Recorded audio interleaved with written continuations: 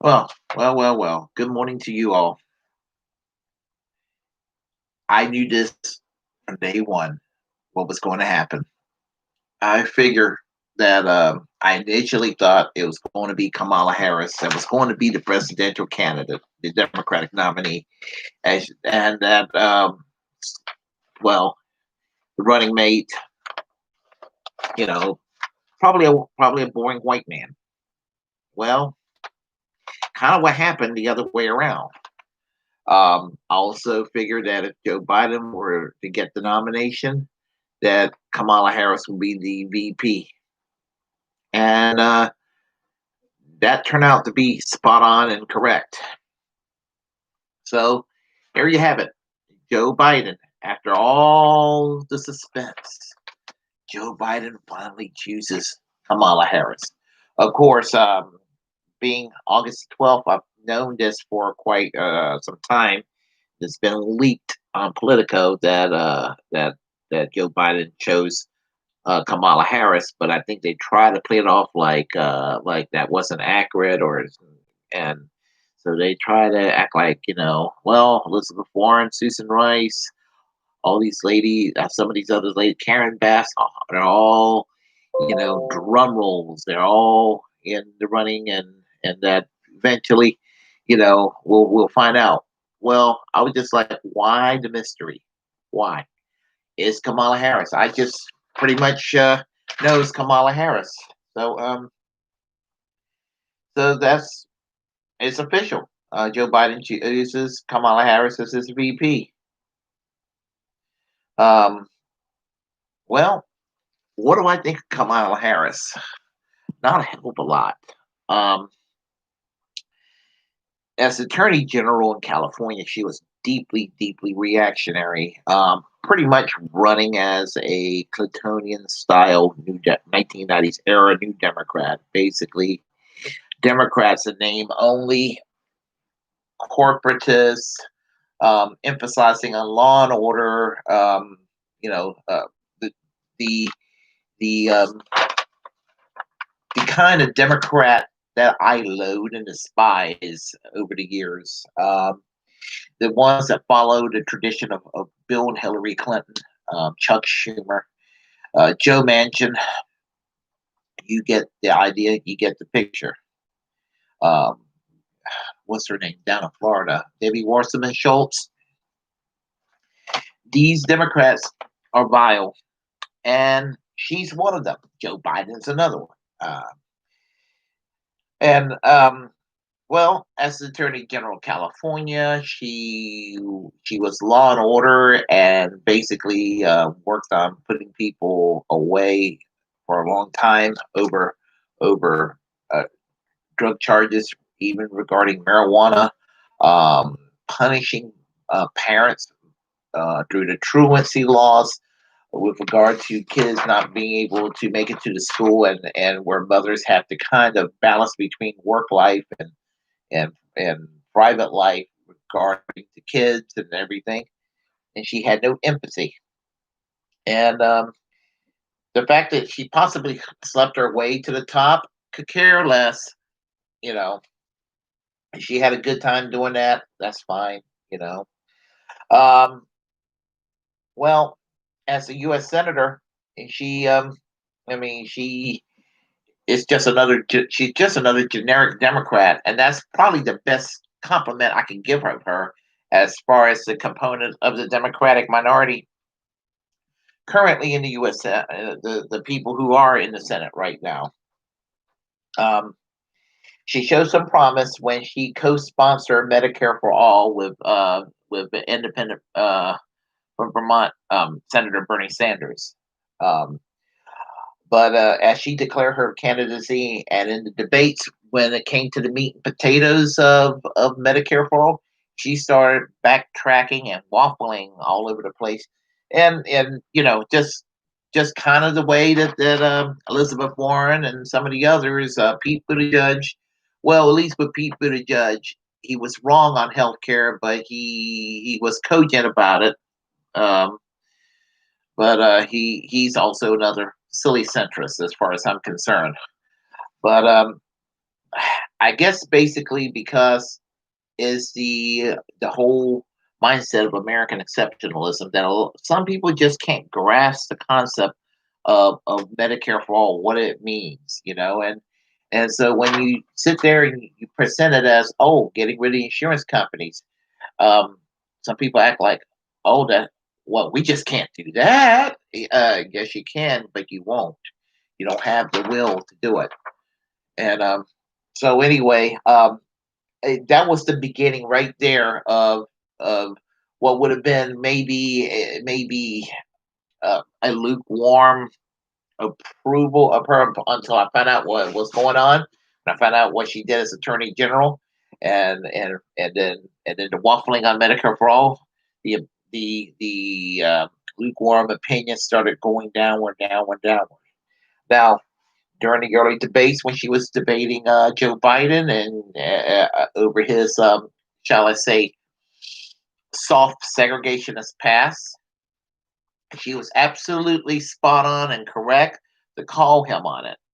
But the problem was she was kind of guilty of doing the same thing with the crime bill and the massive incarceration and the quote unquote getting tough on crime measures of what was called the Biden bill in 1994. I mean, where a lot of African Americans were placed in prison for crimes that were not serious enough to put them in prison for the length of time that they were put in. But um, as some say, with the way that our prison industrial complex operates and all that, that's pretty much the new Jim Crow. And, she was complicit in that as Attorney General in California. And God bless Tulsi Gabbard. She called her out on it. After Kamala Harris made a fool out of Joe Biden, I was glad to see Tulsi Gabbard also make a fool out of Kamala Harris. She had it coming to her. She did. Um, Now, so you know that my opinion of Kamala Harris is pretty negative. But then you throw in the year 2020, you throw in Donald Trump and Mike Pence into the equation. And my heart is for Howie Hawkins and the Green Party. It's always been pretty independent. My brain tells me I can't do that this year. I can't. I can't. I have to. I going to have to vote for two people that I absolutely despise. And I despise Joe Biden and I despise Kamala Harris. They're part of the Democratic establishment, and they're the ones. They're the chosen ones. Then when it should have been Bernie Sanders all along. I had it my way. The Democratic ticket would be Bernie Sanders for president and Tulsi Gabbard for vice president. That's if I had it my way. But unfortunately, we're stuck with Biden and Harris, uh, and they're facing Donald Trump. And I the it's just so terrible what I have to choose because it's like Biden and Harris are like gutless neoliberals, but then you have the ugly face of fascism with Donald Trump, and you got 700 Club man with Mike Pence. Now, here's the dilemma. I mean, the right thing to do is to, and I guess I'm going to vote for Joe Biden and Kamala Harris. I'll vote for them in November. Then I'm gonna go run to the nearest toilet and violently puke my guts out as a result. But having that said, there are reasons that I have to do Biden and Harris this year. Um, there's a meme out there that says, "Do it for RGB, do it for Ruth Bader Ginsburg," because she is the last. I mean, yeah, I know that Obama appointed some justices in there, but really, Ruth Bader Ginsburg is the last reminder of what was, even though she was appointed by Bill Clinton, she is the last of that Earl Warren era. And if anybody knows about the history of the U.S. Supreme Court, the Warren Court, when Chief Justice Earl Warren was in charge in the 1950s and 60s, um, that was the greatest expansion of individual rights, freedom of expression, and individual and civil liberties overall. It brought about racial equality. It brought about right to privacy. And it actually a lot of reforms within the criminal justice systems um, started to take place, such as the Miranda rights, which was absolutely good thing. There are people that would like to get rid of that, unfortunately. Um, and she is the last lineage or last ideological heir to that era. And so the Supreme Court right now hangs on a balance. And so, and right now we unfortunately got enough justices in the federal courts that Trump appointed. The U.S. Supreme Court, some of the lower courts, he's appointed enough judges that's going to do a lot of damage to those who are supporters of civil liberties. Us civil libertarians going to see and witness damages done to individual rights and free speech rights for generations. So that it would be an argument right there. In the event that Trump is reelected and is removed from office or die, Mike Pence will be sworn in right away. And we're already talking about Joe Biden not serving his full term. So if Biden wins, we're likely to have President Kamala Harris. If Donald Trump is reelected, I kind of believe we're likely to end up with Mike Pence because Donald Trump is so corrupt that I do think that there will be a Democratic Party revival, and they're going to retake the House and the Senate. They're going to be in control of both the House and the Senate at some point during the next Trump presidency if he's reelected. And I do think he will be removed this time. And so America will be stuck with Mike Pence. And the thing is, Mike Pence is more dangerous.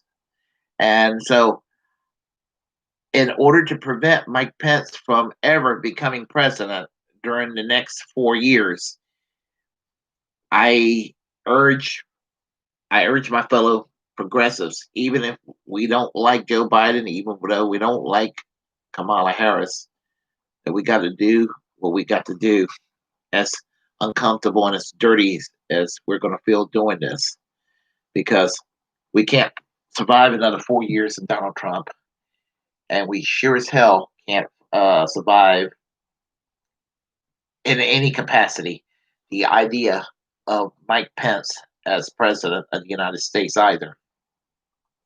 So there you have it. The presidential election's a few months away, and we got Trump and Pence versus looks like Biden and Harris. I'm not going to engage in vote shaming for those that want to do third party, but I just hate that I'm stuck with this. So not only am I doing this for Ruth Bader Ginsburg, I'm also doing this. I'm doing this for Bernie Sanders.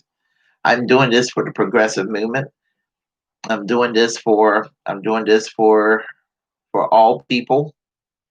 Um, I'm I'm doing this to rescue the very institution of democracy itself. It's all at stake. So there you have it. Um, if you like what you heard, feel free to like and comment. If you hate it, just go ahead and press the dislike button and tell me why I'm all full of it. Um, be sure to subscribe, and I really would like for you to subscribe because right now I'm below 100 in my subscription, and I need to get a URL. And the only way I can get a URL if I have 100 or more subscribers on this channel. So I'm asking each and every one of you, if you can, to please subscribe. Feel free to share this information, share this channel, share the content, and if you got an account or any kind of a platform anywhere, since I'm a free speech absolutist, I say utilize it and make your voice heard. Because all of us are the muckrakers of our time. So like or dislike, comment, subscribe, share the content, and until next time, peace. Bernie Sanders for president 2024. And I'm not kidding when I said that.